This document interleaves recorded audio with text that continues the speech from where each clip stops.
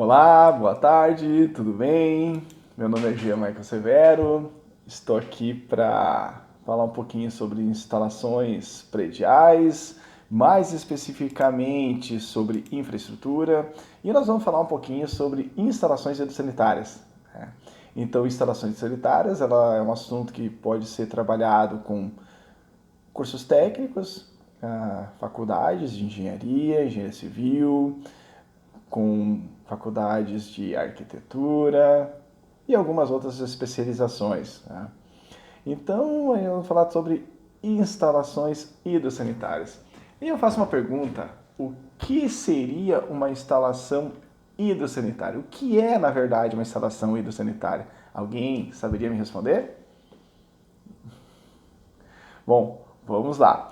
Então podemos definir as instalações hidrossanitárias como um conjunto de tubulações, conexões, equipamentos que são instalados em uma edificação para realizar a alimentação, disposição, distribuição de água fria, água quente, água fluvial, esgoto sanitário e equipamentos de combate a incêndio para todos os pontos hidráulicos da edificação.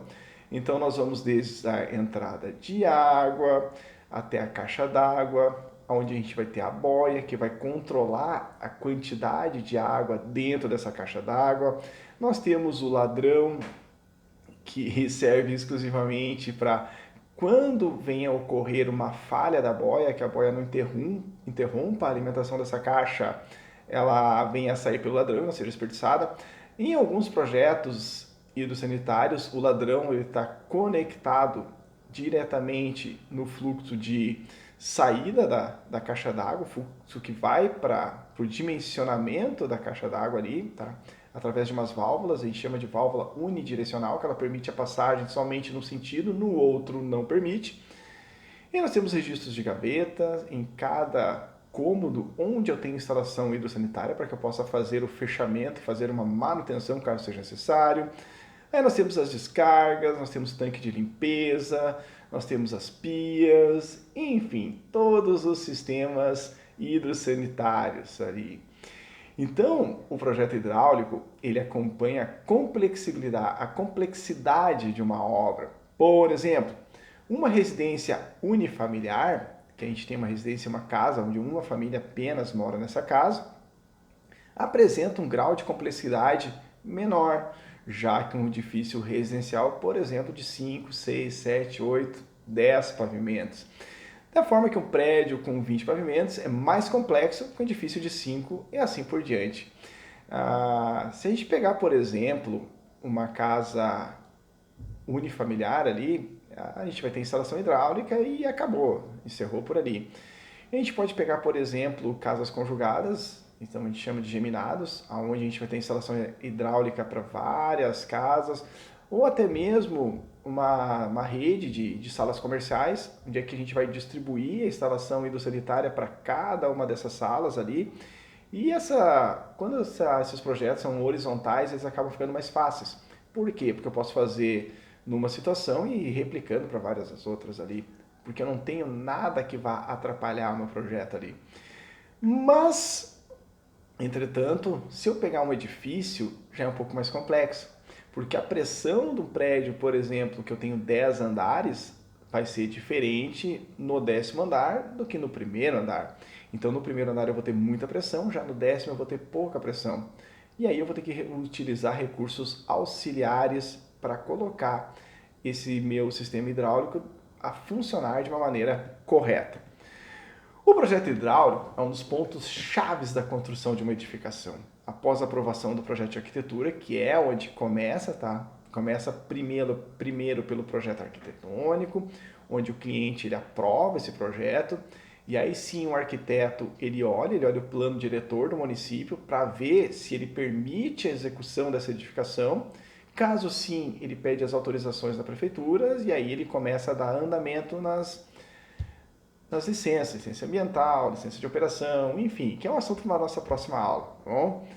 Acontece que em uma edificação é necessário apresentar os projetos de instalações elétricas, telefonia, prevenção e combate a incêndio, gás, entre outros, dependendo do tipo de ocupação da edificação. E aí, a gente entra num recurso muito tecnológico que está bem acessível a todos nós, que é o recurso BIM, que é o Building Information Modeling, né? Que projeto de construção com informação inteligente. Né? Então, dentro desses do BIM, a gente tem a primeira fase, que é a fase 3D. Consegue projetar uma edificação, toda ela em 3D. E aí sim, tu consegue, por exemplo, compatibilizar teu projeto, colocando o hidrossanitário, colocando o elétrico, que a gente vai colocar para ver se um não vai sobrepor o outro, se a gente vai conseguir trabalhar nesse projeto ali. Então nós temos o 3D, que é a primeira fase. Depois nós temos o 4D, que além do projeto 3D que a gente tínhamos antes, nos eixos X, Y e Z, nós temos a linha do tempo. Cronograma de execução da obra. Então, dentro da execução, eu posso colocar em qual fase da obra está. E aí nós temos o 5D, que é uma ferramenta, que é uma possibilidade, na verdade, que o BIM nos trouxe. Onde é que nós vamos ter associar o 3D, o 4D e o outro D, que vai ser os custos. Uma estimativa de custos de toda a obra. Visto que os softwares que fazem os desenhos em BIM, por exemplo, o Revit, ele gera tabelas. Muitas vezes fala, professor, a tabela ela é automática? Sim e não. Se tu não tem domínio daquilo que tu está fazendo, se tu é um lançador de dados, a tua tabela vai ser ruim. Vai ser bem ruim. Vai ser com dados falsos, dados não confiáveis. Então a gente precisa ter muita ciência daqueles dados que a gente está utilizando.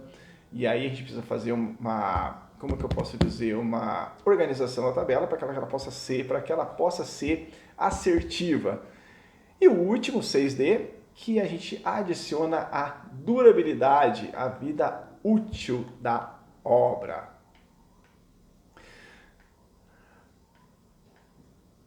Além disso, tá? Dentro de projetos hidrossanitários, a gente tem alguns itens, tá?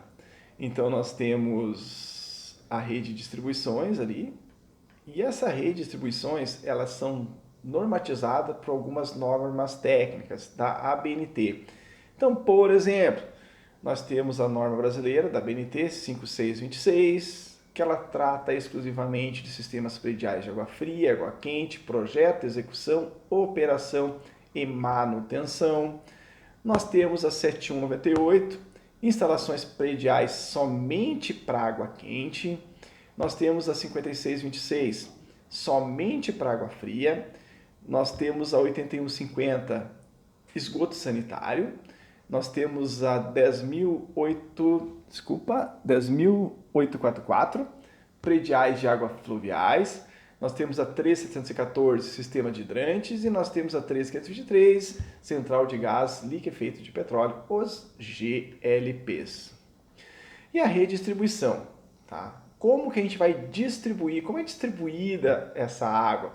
As redistribuições de água podem ser definidas em conjuntos de condutos que realizam a distribuição de água para os consumidores.